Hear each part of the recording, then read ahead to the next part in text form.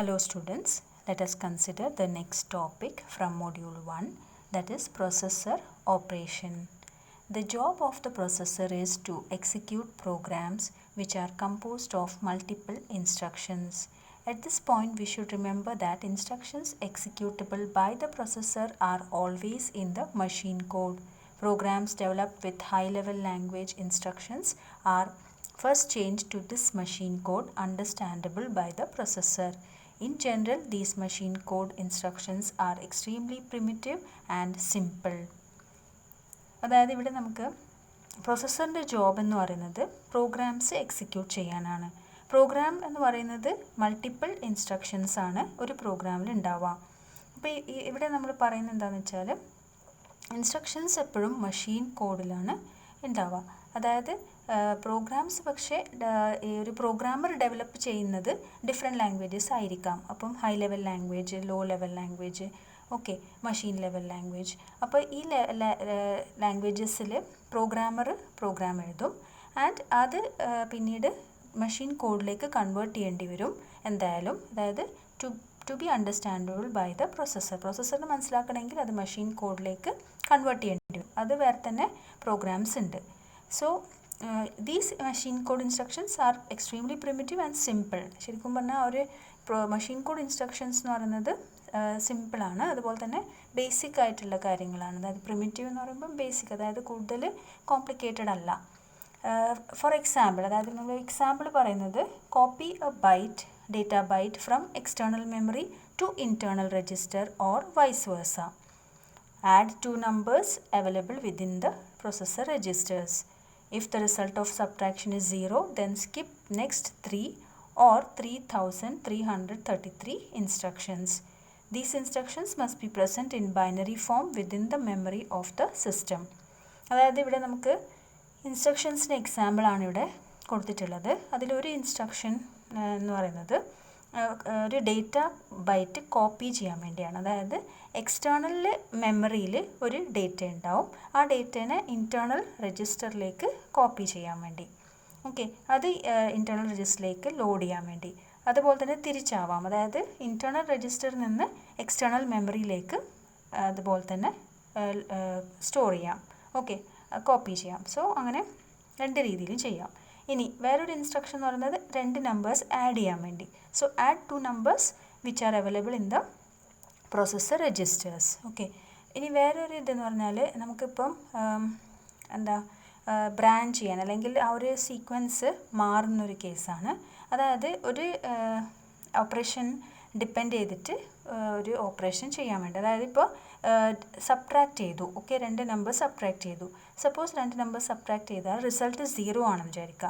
അപ്പോൾ ആ ഒരു കണ്ടീഷൻ വരുന്നുണ്ടെങ്കിൽ അത് ചെക്ക് ചെയ്യും ആ കണ്ടീഷൻ ആൻഡ് നെക്സ്റ്റ് 3 ഇൻസ്ട്രക്ഷൻസ്, അതായത് അത് ഒഴിവാക്കിയിട്ട് അടുത്തതിലേക്ക് പോകും. അതായത് 3 ഇൻസ്ട്രക്ഷൻ കഴിഞ്ഞിട്ടുള്ള ഒരു ഇൻസ്ട്രക്ഷനിലേക്ക് പോകും.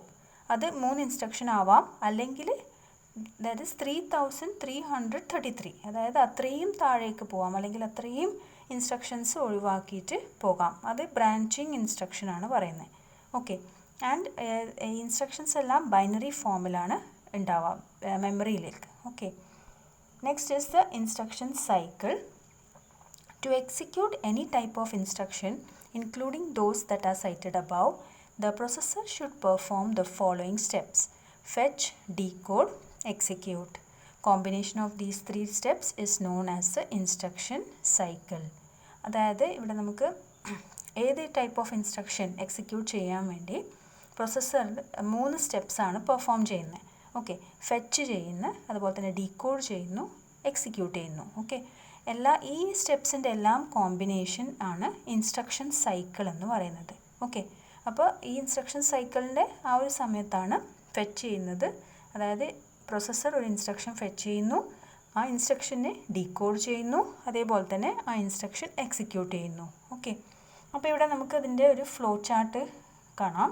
ഫ്ലോ ചാർട്ട് ഒരു ഇമ്പോർട്ടൻ്റ് അതായത് പോയിൻ്റാണ്. അതായത് അല്ലെങ്കിൽ നമുക്കിവിടെ എങ്ങനെയാണെന്ന് വെച്ചാൽ ഒരു പ്രോഗ്രാമിൻ്റെ ഫ്ലോ മനസ്സിലാക്കണമെങ്കിൽ, അല്ലെങ്കിൽ ഒരു ഓപ്പറേഷൻ്റെ ഫ്ലോ മനസ്സിലാക്കണമെങ്കിൽ ഫ്ലോ ചാർട്ട് വെച്ചിട്ട് അത് ഡിനോട്ട് ചെയ്യാൻ പറ്റും. അപ്പോൾ ഫ്ലോ ചാർട്ട് വെച്ച് നമുക്കത് മനസ്സിലാക്കാൻ പറ്റും. ഇപ്പോൾ ഇതാണ് ഫ്ലോ ചാർട്ട്. അതായത് ഇവിടെ നമുക്ക് ഫ്ലോ ചാർട്ടിന് ചില സിമ്പിൾസ് ഉണ്ട്. ഓക്കെ, അപ്പോൾ ഇവിടെ റെക്റ്റാങ്കിൾ കാണാം, പിന്നെ നമുക്കൊരു ഡയമണ്ട് ഷേപ്പ് ഇത് കാണാമല്ലോ അല്ലേ. ഓക്കെ, അപ്പോൾ അതെന്താണെന്ന് വെച്ചാൽ അത് ഡിസിഷൻ ബോക്സ് ആണ്. ഓക്കെ, ഡിസിഷൻ അതെവിടെയാണ് ഡിസിഷൻ എടുക്കുന്നത്. ഓക്കെ, ദെൻ അപ്പോൾ ഇവിടെ ഈ ഒരു സ്റ്റെപ്പ് എന്ന് പറയുന്നത് ഫസ്റ്റ് ഇൻസ്ട്രക്ഷൻ ഫെച്ച് ചെയ്യുന്നു, ദെൻ ഇൻസ്ട്രക്ഷൻ ഡീകോഡ് ചെയ്യുന്നു. ഇനി ഇൻസ്ട്രക്ഷൻ ഡീകോഡ് ചെയ്തിട്ട് മനസ്സിലാക്കുന്നു, അതായത് ഇപ്പോൾ ഓപ്പറൻറ്റ് ഉണ്ടെങ്കിൽ, അതായത് ആക്ച്വലി ഒരു ഇൻസ്ട്രക്ഷന് 2 പാർട്സ് ആണ് ഉണ്ടാവുക. Okay, opcode and operant. Okay, അപ്പോൾ അത് ശരിക്കും ഇൻസ്ട്രക്ഷൻസ് നമ്മൾ പഠിക്കുമ്പോഴാണ് അത് പഠിക്കുന്നത്. ഇപ്പം ജസ്റ്റ് ഞാൻ പറയാം, അതായത് ഒരു ഇൻസ്ട്രക്ഷൻ്റെ 2 പാർട്സ് ആണ് ഉള്ളത്. Okay, that is opcode and operant. Opcode എന്ന് പറയുന്നത് ദാറ്റ് ഈസ് ഒരു ഓപ്പറേഷൻ പെർഫോം ചെയ്യാൻ വേണ്ടി ആ ഒരു പാർട്ടാണ് ഓപ്കോഡ്. ഓക്കെ, ഇനി ഏത് ഡേറ്റേൻ്റെ മുകളിലാണോ ഓപ്പറേഷൻ നടക്കുന്നത് അതാണ് ഓപ്പറൻറ്റ്. ഓക്കെ, ഇപ്പോൾ ഫോർ എക്സാമ്പിൾ ഇപ്പം add A comma B. Okay, add A comma B എന്നൊരു ഇൻസ്ട്രക്ഷൻ ഉണ്ടെന്ന് വിചാരിക്കുക. ഓക്കെ, അപ്പോൾ എയിൽ ഒരു ഡേറ്റ ഉണ്ട്, ബി അതായത് രജിസ്റ്റേഴ്സാണ് എയും ബിയും. സോ എ ഒരു ഡേറ്റ ഉണ്ട് എയിൽ, ബിയിലൊരു ഡേറ്റ ഉണ്ട്. ഓക്കെ, സോ ഈ 2 നമ്പേഴ്സും ആഡ് ചെയ്യേണ്ട ഒരു ഇൻസ്ട്രക്ഷനാണ് add A comma B. Okay, result അതുപോലെ തന്നെ ആഡ് ചെയ്ത് കഴിഞ്ഞാൽ എയിലായിരിക്കും സ്റ്റോർ ആവുക. ഓക്കെ, അങ്ങനെയാണെങ്കിൽ ഇവിടെ ആഡ് ആണ് ഓപ്കോഡ്, എ കൊമ ബി ആണ് ഓപ്പറൻസ്. ഓക്കെ, അതാണ് മനസ്സിലാക്കാൻ പറ്റുന്നത്. അതായത് ഓപ്കോഡ് എന്ന് പറയുന്നത് എന്ത് ഓപ്പറേഷനാണ് പെർഫോം ചെയ്യുന്നത്. ഓക്കെ, അതായത് what operation is to be performed, അല്ലെങ്കിൽ what process has to be performed. ഇനി അതുപോലെ തന്നെ ഓപ്പറൻറ്റ് എന്ന് പറയുന്നത് on which the operation is to be performed. Okay, അപ്പം അത് ഡേറ്റ ആവാം, അഡ്രസ്സ് ആവാം, അത് ഏത് വേണമെങ്കിലും ആവാം. ഓക്കെ, രജിസ്റ്റേഴ്സ് ആവാം. ഓക്കെ, സോ ഇവിടെ നമുക്ക് ഫസ്റ്റ് എന്താണ് ഇൻസ്ട്രക്ഷൻ ഫെച്ച് ചെയ്യുന്നു, അത് ഡീകോഡ് ചെയ്യുന്നു. ഇനി ഡീകോഡ് ചെയ്ത് കഴിഞ്ഞാൽ ഓപ്പറൻസ് ഉണ്ടോ എന്ന് മനസ്സിലാക്കുമല്ലോ. സോ ഓപ്പറൻറ്റ് ഫെച്ച് ചെയ്യണോ, അതായത് ഓപ്പറൻറ്റും ഫെച്ച് ചെയ്യേണ്ടി വരും. അപ്പോൾ ഓപ്പറൻറ്റ് ഫെച്ച് ചെയ്യണോ. ഇനി ഓപ്പറൻറ്റ് ഫെച്ച് ചെയ്യണമെങ്കിൽ അത് ഫെച്ച് ചെയ്തിട്ടായിരിക്കും അടുത്തത് എക്സിക്യൂട്ട് ചെയ്യുക, ഇൻസ്ട്രക്ഷൻ എക്സിക്യൂട്ട് ചെയ്യുക. ഓക്കെ, ഇനി ഓപ്കോഡ് ഫെച്ച് ചെയ്യേണ്ട ആവശ്യമില്ലെങ്കിൽ, അതായത് 2 ഡിസിഷനാണ്, that is whether operand fetch is needed, അതിൽ yes and or no. Okay, opcode fetch വേണമെങ്കിൽ അത് ഫെച്ച് ചെയ്തിട്ട് പിന്നെ ഇൻസ്ട്രക്ഷൻ എക്സിക്യൂട്ട് ചെയ്യുന്നു. ഇനി അല്ലെങ്കിൽ ഡയറക്റ്റ്ലി ഇൻസ്ട്രക്ഷൻ എക്സിക്യൂട്ട് ചെയ്യുന്നു. Okay, and then after execution store the result. Okay, and വീണ്ടും നെക്സ്റ്റ് ഇൻസ്ട്രക്ഷൻ ഫെച്ച് ചെയ്യുന്നു. അങ്ങനെ. ഓക്കെ, അപ്പോൾ ഒരു പ്രോഗ്രാം എന്ന് പറയുമ്പം കുറേ ഇൻസ്ട്രക്ഷൻസ് ഉണ്ടല്ലോ. അപ്പോൾ ഓരോ ഇൻസ്ട്രക്ഷൻ സ്റ്റെപ്പ് ബൈ സ്റ്റെപ്പ് ആയിരിക്കും പെർഫോം ചെയ്യുന്നത്. അപ്പോൾ ആദ്യം ഫെച്ച് ചെയ്യുന്നു, ഡീകോഡ് ചെയ്യുന്നു, എക്സിക്യൂട്ട് ചെയ്യുന്നു. അത് അപ്പോൾ റിപ്പീറ്റ് ചെയ്തുകൊണ്ടിരിക്കുന്നു. അതാണ് ഇതിൽ കാണിക്കുന്നത്. Okay, so it may be observed from the flowchart that after fetching the instruction in the form of its opcode and decoding it, processor checks for any eventual operand fetch which might be necessary for some instructions. Okay, for some instructions, ചില ഇൻസ്ട്രക്ഷൻസിന് ആവശ്യം വരും, ചിലതിന് ആവശ്യമില്ല. Okay, if found necessary, then the operand is fetched from memory and then the instruction is executed. Finally, the result of the instruction is stored and the whole cycle is repeated.